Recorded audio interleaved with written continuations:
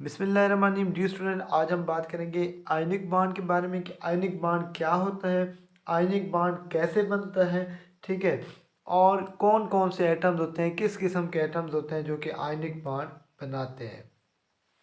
तो सबसे पहले मैं डिफाइन करूंगा कि आयनिक बॉन्ड होता क्या है। तो डिफाइन हम ऐसे करते हैं, the bond which is form by complete transfer of electron, the bond which is formed by complete transfer of electron। क्या मतलब complete transfer of electron? complete transfer of electron से मुराद ये है कि एक एटम मुकम्मल तौर पर इलेक्ट्रॉन दे देता है और दूसरा एटम मुकम्मल तौर पर वो वाला इलेक्ट्रॉन गेन कर लेता है।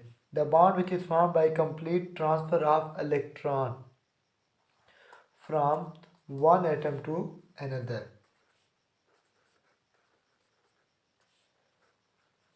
ये भी हम कह सकते हैं और दूसरा हम इस तरह भी डिफाइन कर सकते हैं, the bond which is form between the आइन। The bond which is form between the आइन, कि वो बॉन्ड जो कि आइंस के दरमियान बनता है उसको भी हम क्या कहते हैं, आयनिक बॉन्ड कहते हैं।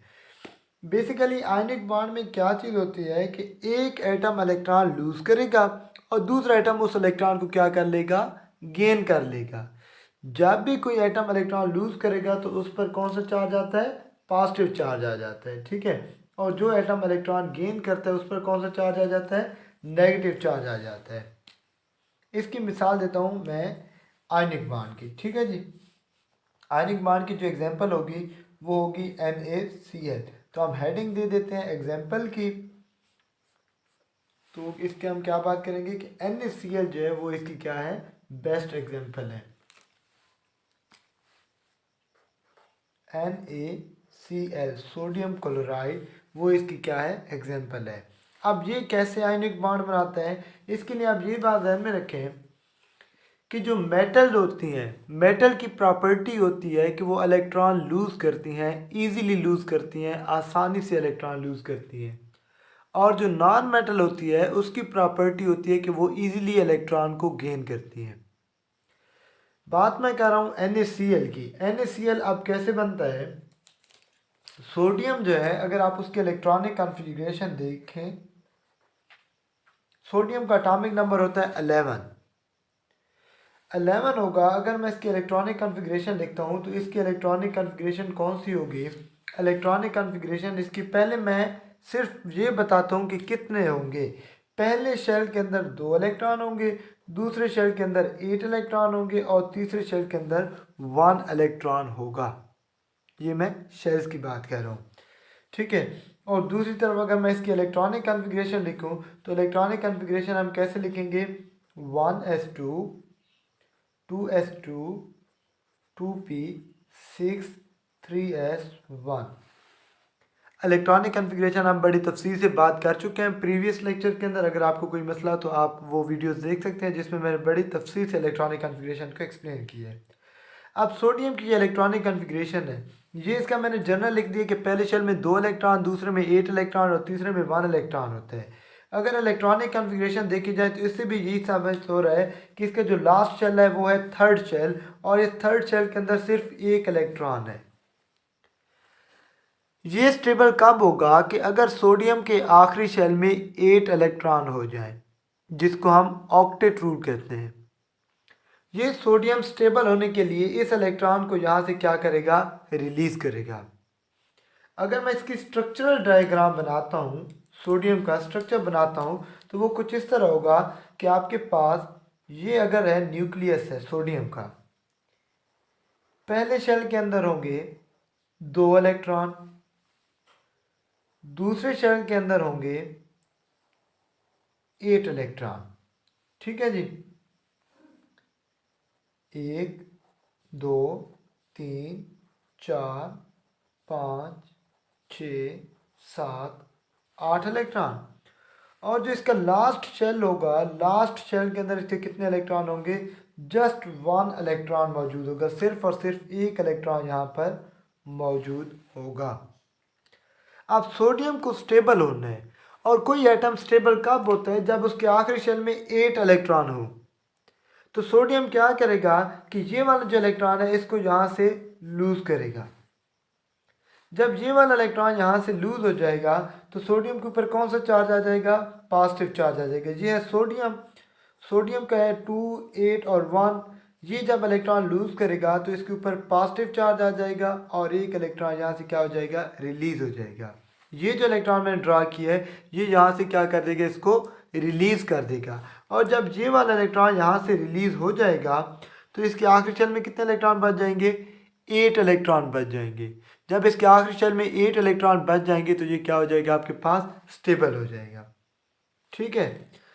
सोडियम ने इलेक्ट्रॉन लूज किया। जब कोई एटम इलेक्ट्रॉन लूज करता है तो उस पर पॉजिटिव चार्ज आ जाता है। तो सोडियम के ऊपर पॉजिटिव चार्ज आ गया और सोडियम के अब कितने इलेक्ट्रॉन बच गए? सोडियम के इलेक्ट्रॉन पहले शेल में 2 और दूसरे में 8 इलेक्ट्रॉन, और अब ये क्या हो गया? स्टेबल हो गया।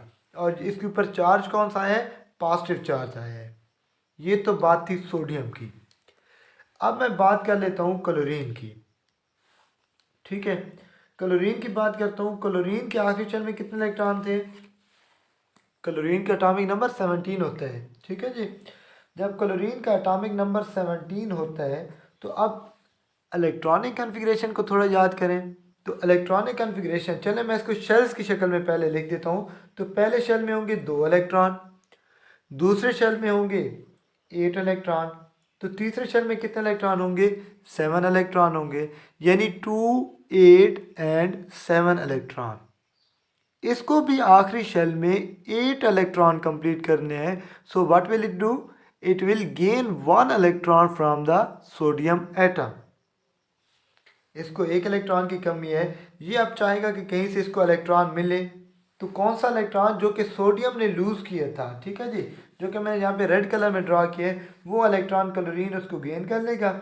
और क्लोरीन गेन करने से पहले मैं इसकी इलेक्ट्रॉनिक कन्फिग्रेशन लिख दूँ ताकि आपको इलेक्ट्रॉनिक कन्फिग्रेशन भी क्लियर हो जाए कि किस तरह ये इलेक्ट्रॉन पूरी करेगा। तो इलेक्ट्रॉनिक कन्फिग्रेशन के मुताबिक इसकी इलेक्ट्रॉनिक कन्फिग्रेशन होगी 1s2, 2s2, 2p6, 6 to 8 और 2 10, फिर उसके बाद 3s2, 3p5। पूरी हो गए। 2 + 2 4, 4 और 6 10, 10 और 2 12, 12 + 5 17, 17 इलेक्ट्रॉन कंप्लीट है इसके। ठीक है। आखिरी शेल देखें तो इसका जो लास्ट शेल है वो कौन सा है? थर्ड शेल है। ठीक है। और टोटल इसमें 5 और 2 7 इलेक्ट्रॉन है। इसको 1 इलेक्ट्रॉन की ज़रूरत है। अभी मैं इसी क्लोरीन का स्ट्रक्चर ड्रा करता हूँ। तो क्लोरीन का स्ट्रक्चर इस तरह ड्रा करूँगा कि ये आपके पास है इसका न्यूक्लियस क्लोरीन का। ठीक है जी। न्यूक्लियस के पहले शेल में कितने इलेक्ट्रॉन मौजूद होंगे? 2 इलेक्ट्रॉन मौजूद होंगे। दूसरे शेल के अंदर कितने मौजूद हैं? 8 इलेक्ट्रॉन मौजूद हैं। 1, 2, 3, 4, 5, 6, 7 एंड 8 इलेक्ट्रॉन। जो इसका थर्ड शेल है, थर्ड शेल के अंदर इसके कितने इलेक्ट्रॉन मौजूद हैं? थर्ड शेल के अंदर इसके 7 इलेक्ट्रॉन मौजूद हैं। अब 7 इलेक्ट्रॉन होंगे तो 1, 2, 3, 4, 5, 6, 7। अब देखिए इसके आखिरी शेल में 7 इलेक्ट्रॉन है। बजाय इसके कि ये 7 इलेक्ट्रॉन को लूज करे, ये क्या करेगा कि 1 इलेक्ट्रॉन गेन करेगा। कौन सा इलेक्ट्रॉन गेन करेगा? जो इस सोडियम ने लूज किया था वो वाला इलेक्ट्रॉन यहाँ पे आके गेन हो जाएगा। चलें उस इलेक्ट्रॉन को यहाँ पर तो मैंने डॉट से शो किए, यहाँ पर मैं इस क्रॉस से शो कर देता हूँ। ठीक है। ये जो क्रॉस लगा है ये वो वाला इलेक्ट्रॉन है जो कि सोडियम ने लूज किया था और अब क्लोरीन ने उसे गेन कर लिया है। अब मैं इसकी इक्वेशन लिखता हूँ। इक्वेशन कैसे होगी कि सोडियम ने 1 इलेक्ट्रॉन लूज किया था, क्लोरीन क्या करेगा? 1 इलेक्ट्रॉन गेन करेगा, और जब वो 1 इलेक्ट्रॉन गेन करेगा तो क्लोरीन के ऊपर कौन सा चार्ज आ जाएगा? नेगेटिव चार्ज आ जाएगा। क्लोरीन एन आयन बन जाएगा। सोडियम ने इलेक्ट्रॉन लूज किया, वही इलेक्ट्रॉन क्लोरीन ने गेन किया। सोडियम इलेक्ट्रॉन लूज करती है तो उसके ऊपर पॉजिटिव चार्ज आ गया, क्लोरीन ने वो इलेक्ट्रॉन गेन कर लिया तो इसके ऊपर नेगेटिव चार्ज आ गया। तो अब इसके इलेक्ट्रॉन कितने हो जाएंगे? पहले शेल में 2, दूसरे में 8 और तीसरे में भी 8 इलेक्ट्रॉन हो जाएंगे। पहले कितने थे, पहले में 2, दूसरे में 8 और तीसरे में 7 थे ना। और जब ये इलेक्ट्रॉन इसने गेन कर लिया तो इसके कितने हो जाएंगे, 2, 8 एंड देन अगेन 8 इलेक्ट्रॉन। ठीक है, तो अब सोडियम के ऊपर आ गया नेगेटिव चार्ज। ये जो सॉरी क्लोरीन के ऊपर कौन सा चार्ज आ गया, नेगेटिव चार्ज आ गया। अब होगा ये कि ये जो सोडियम पॉजिटिव बना है ये वाला, ये सोडियम पॉजिटिव इस क्लोरीन के साथ मिलकर कौन सा बॉन्ड बनाएगा, आयनिक बॉन्ड बनाएगा। तो ये सोडियम पॉजिटिव, ठीक है, और क्लोरीन नेगेटिव, सोडियम पॉजिटिव और क्लोरीन नेगेटिव ये आपस में बॉन्ड बनाएंगे। तो इस बॉन्ड को हम क्या कहते हैं, आयनिक बॉन्ड कहते हैं। और ये बना किससे, कैसे है, by complete transfer of electron, कि सोडियम ने इलेक्ट्रॉन लूज किया और सॉरी तो सोडियम ने इलेक्ट्रॉन लूज किया, ये वाला इलेक्ट्रॉन, और क्लोरीन ने वो इलेक्ट्रॉन गेन कर लिया, हासिल कर लिया। तो जब सोडियम ने इलेक्ट्रॉन लूज किया तो सोडियम के ऊपर पॉजिटिव चार्ज आ गया, और क्लोरीन ने जब वो वाला इलेक्ट्रॉन गेन किया तो क्लोरीन के ऊपर नेगेटिव चार्ज आ गया। ये सोडियम पॉजिटिव और क्लोरीन नेगेटिव आपस में बॉन्ड बनाएंगे, आयनिक बॉन्ड, और क्या चीज़ बन जाएगी, NaCl। जब NaCl होगा तो इसके ऊपर हम चार्ज नहीं लिखेंगे, तो इसको हम ऐसे लिख देते हैं NaCl। ये है आपके पास आयनिक बॉन्ड। कौन सी चीज़ आयनिक बॉन्ड बनाती है। अच्छा, आप पेपर में क्वेश्चन आ जाता है तो आपने इसको कैसे लिखना है, डेफिनेशन कर देनी है, एग्जाम्पल ये स्ट्रक्चर बना देना है। लिखना ये है कि सोडियम क्योंकि मेटल है, तो मेटल जितनी भी होती हैं, मेटल जब भी नॉन मेटल के साथ मिलेगी तो वो आयनिक बॉन्ड बनाएगी। क्यों, क्योंकि मेटल की प्रॉपर्टी है कि वो ईजीली इलेक्ट्रॉन लूज कर लेती हैं, और नॉन मेटल की प्रॉपर्टी है कि वो इजीली इलेक्ट्रॉन गेन कर लेती हैं। ठीक है जी। तो जब मेटल इलेक्ट्रॉन लूज करेगी, नॉन मेटल इलेक्ट्रॉन गेन करेगी, तो इनके दरमियान कौन सा बॉन्ड बनेगा, आयनिक बॉन्ड बनेगा। उम्मीद है ये बात आपको क्लियर हो गई होगी।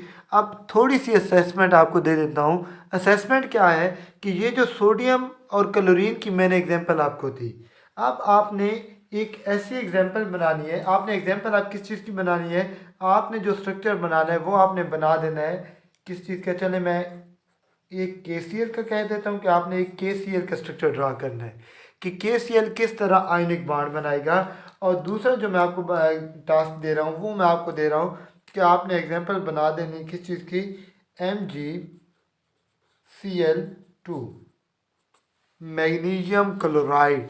इसका आपने बनाना है स्ट्रक्चर के मैग्नीशियम क्लोराइड कैसे आयनिक बॉन्ड बनाएगा, और इसको हम KCl हमने कह दिया कि जो पोटाशियम क्लोराइड है वो कैसे बॉन्ड बनाएगा। ठीक है, तो इसका आपने मुझे रिप्लाई करना है।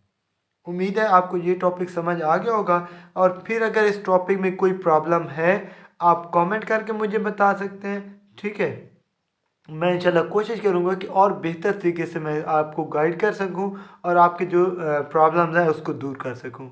ठीक है, अच्छी तरह पढ़िएगा, और अगर मसला होगा तो फिर मुझसे कांटेक्ट कीजिएगा। Thank you so much. अल्लाह हाफिज़।